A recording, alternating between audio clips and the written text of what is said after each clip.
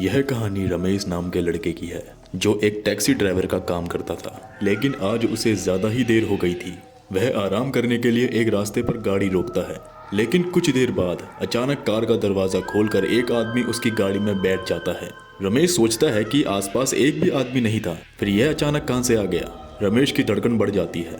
वह देखता है कि इस आदमी ने लाल चश्मा और लाल कलर के कपड़े पहन रखे हैं। रमेश ने पूछा, तुम्हें जाना कहाँ है? उस आदमी ने कहा, जहाँ तुम्हें जाने से डर लगता हो वहाँ ले चलो। तब रमेश ने घबरा कर कहा, आपको आखिर जाना कहाँ है सर? मुझे आज काफ़ी देर हो गई है, मेरा परिवार घर पर मेरा इंतज़ार कर रहा है। तभी वह आदमी कुछ बड़बड़ाने लगा और हंसते हुए उसने कहा, यहाँ से कुछ दूर मेरा घर है, वहाँ ले चलो।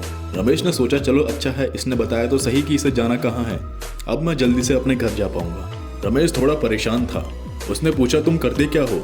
उस आदमी ने जवाब दिया, तुम क्यों पूछ रहे हो? रमेश ने कहा, ऐसे ही पूछ लिया, इतनी रात को क्या काम होगा? तब उस आदमी ने कहा, मैं अभी बताता हूँ।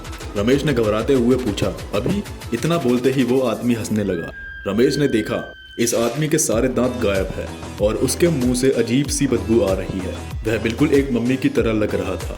रमेश ने देखा कि जो रास्ता उसने अपने घर के लिए बताया था वो असल में कब्रिस्तान था। उस आदमी ने अपना हाथ दिखाया जो पूरा जला हुआ था। उसने अचानक रमेश को कस के पकड़ लिया और अपना हाथ उसके मुंह में डाल लिया। रमेश हिल नहीं पा रहा था, ना ही गाड़ी को कंट्रोल कर पा रहा था। वो रमेश के कान के पास आके बड़बड़ाने लगा और कहने लगा, देखा मैं क्या काम करता हूँ? रमेश की आंखों के सामने अंधेरा छा गया। गाड़ी का एक्सीडेंट हो गया। रमेश वहीं बेहोश हो गया। जब रमेश की आंख खुली तब रमेश ने देखा कि उसकी बीवी रो रही थी और रमेश की बीवी ने रमेश को देखकर कहा, डॉक्टर ने कहा तुम मर चुके हो, लेकिन तुम तो जिंदा हो, शुक्र है भगवान का। रमेश ने अपनी बीवी से पूछा, मेरे साथ जो आदमी था उसका क्या हुआ? तब उसकी पत्नी ने कहा, कौन सा आदमी? तुम वहाँ अकेले थे?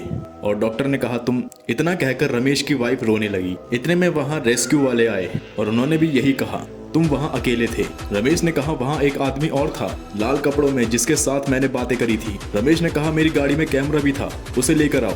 जब उसने देखा तो वो भी दंग रह गया। कैमरे में उसके अलावा और कोई नहीं था। रमेश की वाइफ ने पूछा, तुम किस आदमी की बात कर रहे हो? जहाँ तुम्हारा एक्सीडेंट हुआ था वहाँ तुम्हारे अलावा और कोई नहीं था जिसका एक्सीडेंट हुआ हो। रमेश का सर चकराने लगा कि आखिर वो आदमी कौन था जिसके साथ वो कार में था। उसे समझ नहीं आ रहा था, पर याद सब कुछ था। रमेश के दिमाग से उस आदमी का चेहरा और उसकी बातें और हंसी निकल नहीं रही थी। रमेश का पूरा शरीर कपकपाने लगा। उसे वो हादसा याद आया जब उस आदमी ने रमेश के मुंह में अपना हाथ डाला था। वो रात रमेश के लिए बहुत डरावनी थी जब उसने कहा, इंसानों को कवर में भेजना ही मेरा काम है।